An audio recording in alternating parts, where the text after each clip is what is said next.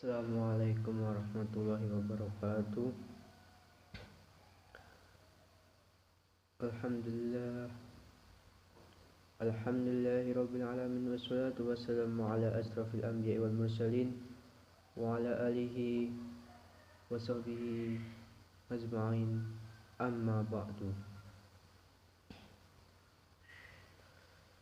Alhamdulillah, segala puji bagi Allah, bersyukur kepada Allah Subhanahu wa taala yang mana kita masih diberi kesempatan untuk dapat melaksanakan berbagai macam bentuk ibadahnya. Di antara ibadah tersebut adalah memperbanyak membaca Al-Quran. Al-Quran adalah kitab umat Islam yang sungguh mulia dan agung. Di dalamnya terdapat banyak sekali prakara-prakara kehidupan manusia, mulai dari ilmu, hukum, etika, sejarah, perintah, larangan, gambaran surga dan neraka. Dengan membacanya, maka Allah akan memberikan banyak pahala serta kesejahteraan rohani dalam diri kita. Mungkin kita tidak menyadari setiap lantunan ayat-ayat Al-Quran yang keluar dari mulut orang yang membaca Al-Quran, maka malaikat berdoa kepada Allah agar mengampuni dosa-dosanya. Allah Subhanahu wa taala menurunkan Al-Quran adalah sebagai petunjuk bagi manusia, dan petunjuk tersebut akan bisa kita dapatkan dengan kita memperbanyak membaca Al-Quran, memahami Al-Quran, membaca Al-Quran, dan kemudian mengamalkan Al-Quran. Rasulullah SAW memberikan contoh kepada kita semuanya dan memerintahkan kita semua untuk memperbanyak membaca Al-Quran. Oleh karenanya, kita bisa melihat di dalam hadis-hadisnya, Nabi SAW menganjurkan kepada kita semuanya untuk membaca Al-Quran. Di antara hadis-hadis tersebut adalah hadis Nabi SAW yang diriwayatkan oleh Bukhari dari sahabat Utsman bin Affan radhiyallahu anhu. Nabi SAW bersabda, "Wa'lamahul Quran ta'allama man khairakum." Sebaik-baik kalian adalah orang yang belajar Al-Quran dan mengajarkannya. Hadis riwayat Bukhari. Dalam hadis yang lain yang diriwayatkan oleh Aisyah radhiyallahu anhu dalam Bukhari dan Muslim, Nabi sallallahu alaihi wasallam bersabda, yang artinya seorang yang mahir dalam baca Al-Quran maka bersama dengan malaikat yang sangat mulia dan sangat baik.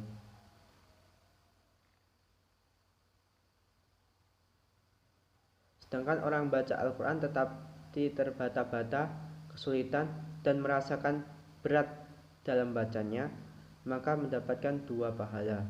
Hadis riwayat Bukhari dan Muslim. Saudara-saudara yang dimuliakan Allah Subhanahu wa taala, dua pahala yang didapatkan orang yang baca Al-Quran dibarengi dengan kesulitan, susah payah dalam membaca Al-Quran. Itu adalah pahala karena dia mau membaca Al-Quran, dan yang kedua adalah pahala karena merasakan sulitnya membaca Al-Quran. Tetapi kita lihat di sini bahwa Nabi SAW memberikan penghargaan kepada orang-orang yang membaca Al-Quran walaupun merasa berat, merasa sulit ketika membaca Al-Quran. Di dalam hadis yang lain, Nabi SAW bersabda,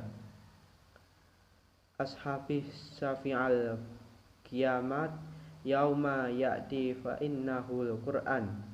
Bacalah Al-Quran karena sesungguhnya Al-Quran akan datang pada hari kiamat memberikan syafaat kepada orang-orang yang membacanya. Hadis sahih riwayat Muslim.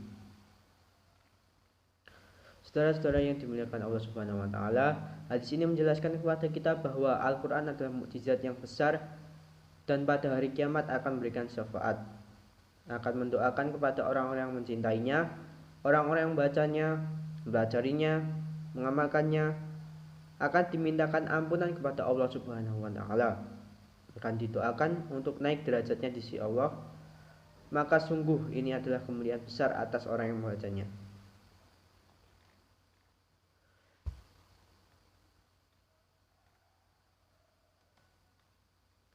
Saudara-saudaraku yang dimuliakan Allah Subhanahu wa taala, Al-Quran diturunkan di bulan Ramadan, di malam Lailatul Qadar, dan itu pada bulan Ramadan, sehingga Nabi SAW memberikan contoh kepada kita beliau bersemangat dalam baca Al-Quran.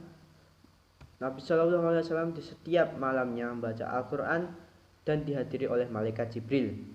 Beliau mudharasah bersama dengan malaikat Jibril sampai beliau menyelesaikan 30 juz dalam bulan Ramadan tersebut. Dan demikian setiap kali Ramadan, Nabi Shallallahu Alaihi Wasallam selalu membaca Al-Quran di hadapan malaikat Jibril. Bahkan di akhir dari Ramadan yang beliau jalankan, Nabi Shallallahu Alaihi Wasallam menghatamkan Al-Quran 2 kali di hadapan malaikat Jibril. Kita juga tahu bahwa Nabi Shallallahu Alaihi Wasallam begitu cintanya dengan Al-Quran, terlebih di bulan Ramadan. Tak kalah beliau sholat malam, sholat tarawih, beliau pernah sekali sholat bersama dengan seorang sahabat, dan ternyata Nabi Shallallahu Alaihi Wasallam membaca dengan bacaan yang sangat panjang. Dalam satu rakaat, beliau membaca surat Al-Baqarah, masih dilanjutkan lagi membaca Al-Imran, masih ditambah lagi dengan baca surat An-Nisa, itu dalam satu rakaat. Dan ternyata Nabi Shallallahu Alaihi Wasallam di malam tersebut sholat 4 rakaat, dan itu sampai mendekati waktu subuh. Demikian cintanya Nabi Shallallahu Alaihi Wasallam terhadap Al-Quran. Bagaimana Nabi Shallallahu Alaihi Wasallam memberikan contoh kepada kita semuanya untuk menghidupkan malam-malam dengan baca Al-Quran, demikian juga dengan siang harinya untuk bersungguh-sungguh baca Al-Quran. Kalau kita lihat dari contoh para pendahulu kita, para salafus saleh, para ulama pendahulu kita, diantaranya adalah Al-Imam Az-Zuhri rahimahullahu ta'ala. Dia pernah mengatakan, sesungguhnya bulan Ramadan adalah bulan untuk baca Al-Quran dan bulan untuk memberikan makanan dan bersedekah.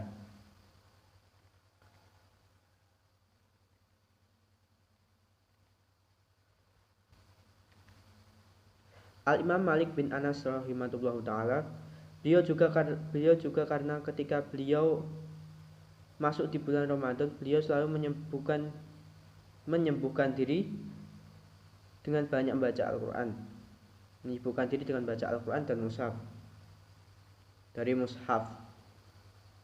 Dan beliau meninggalkan untuk membaca hadis, untuk membuat satu majelis ilmu, dan itu beliau tinggalkan dalam rangka untuk membaca Al-Quran dan memberikan perhatian yang besar terhadap Al-Quran. Terdapat banyak dalil yang berisi motivasi untuk membaca Al-Quran, merenungi makna dan mengamalkannya. Allah Ta'ala berfirman, Bismillahirrahmanirrahim.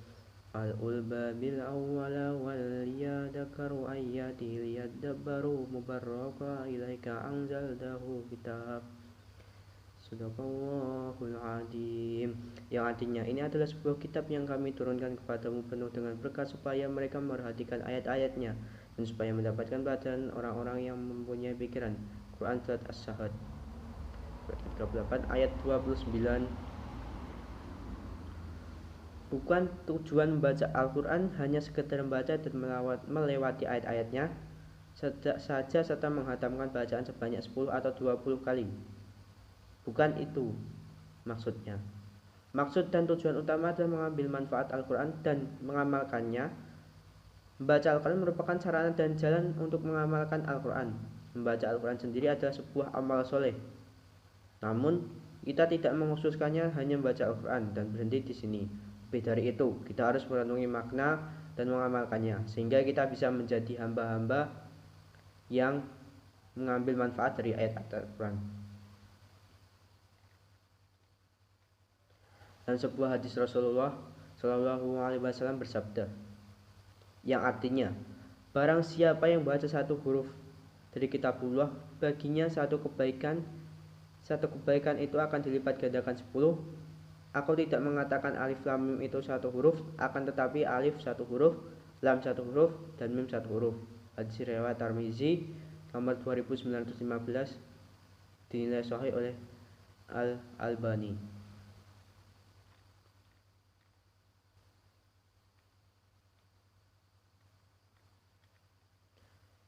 Al-Quran adalah hujah dan peringatan. Tidak ada alasan bagi seorang pun setelah Al-Quran diturunkan, karena di dalamnya Allah Ta'ala menjelaskan manakah yang benar atau hak, manakah yang salah atau batil, Allah Ta'ala juga menjelaskan manakah yang merupakan petunjuk atau hidayah dan manakah yang kesesatan. Barang siapa yang memakannya, mereka orang-orang yang berbahagia. Namun barang siapa yang menyelisikannya, merekalah orang yang tercela atau yang celaka.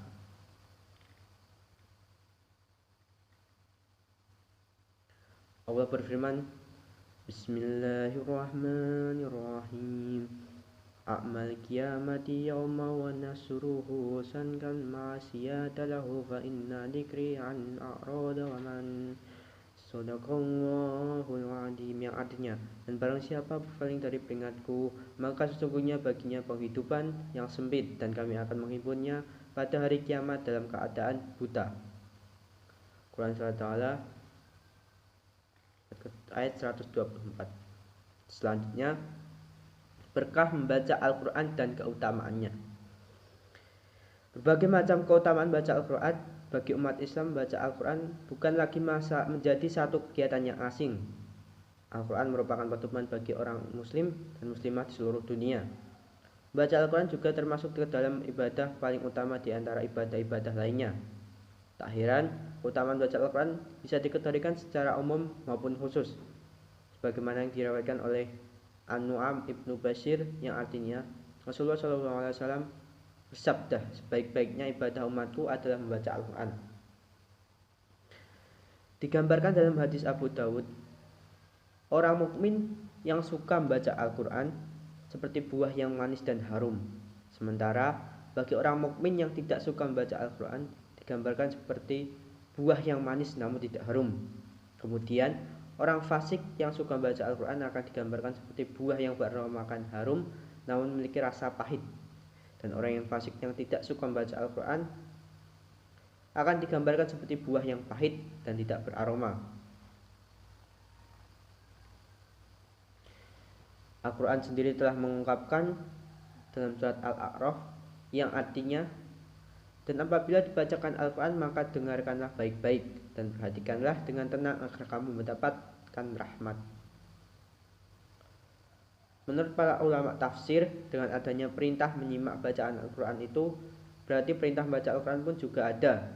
Menurutnya, dengan mendengarkan bacaan Al-Quran saja sudah mengandung rahmat, apalagi jika kalian membacanya. Keutamaan baca Al-Quran yang diriwayatkan oleh Abdullah ibnu Mas'ud. Salah satu hadis mengenai keutamaan baca Al-Quran yang cukup familiar yakni hadis riwayat Abdullah ibnu Mas'ud, di mana dalam hadis tersebut menyatakan setiap huruf Al-Quran yang dibaca akan diberi balasan 1 kebaikan. Setiap kebaikan juga dikatakan akan dilipat menjadi 10 kebaikan.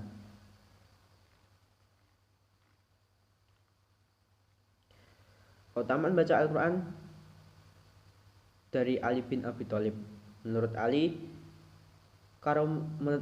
keutamaan yang diungkapkan oleh hadis di atas lebih diperuntukkan kepada orang baca Al-Quran di luar sholat, meski tidak dalam kondisi suci. Adapun keutamaan yang membaca Al-Quran dalam sholat serta dilakukan saat berdiri, maka balasan yang diperolehnya yakni 100 kebaikan. Sedangkan baca Al-Quran saat duduk sholat, maka balasan yang diperolehnya yakni 50 kebaikan. Kemudian membaca Al-Quran dalam keadaan di luar sholat meski dengan kondisi suci akan mendapatkan balasan 25 kebaikan. Sungguh Allah Maha Kuasa melipat balasan atas kebaikan hambanya.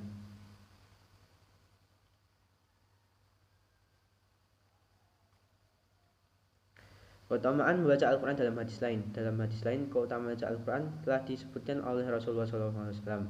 Siapa saja yang membaca Al-Quran 100 ayat dalam satu malam, maka akan dicatat untuk ketaatan satu malam itu. Hadis riwayat Ahmad. Tak hanya itu, hadis lainnya juga diriwayatkan, siapa yang membaca 100 ayat dalam satu malam, maka tidak tercatat sebagai orang yang lalai. Riwayat berikutnya mengatakan, ketika seorang hamba menghatamkan Al-Quran, maka di penghujung hatamannya akan dihadiri 60.000 malaikat akan memohonkan ampun kepadanya.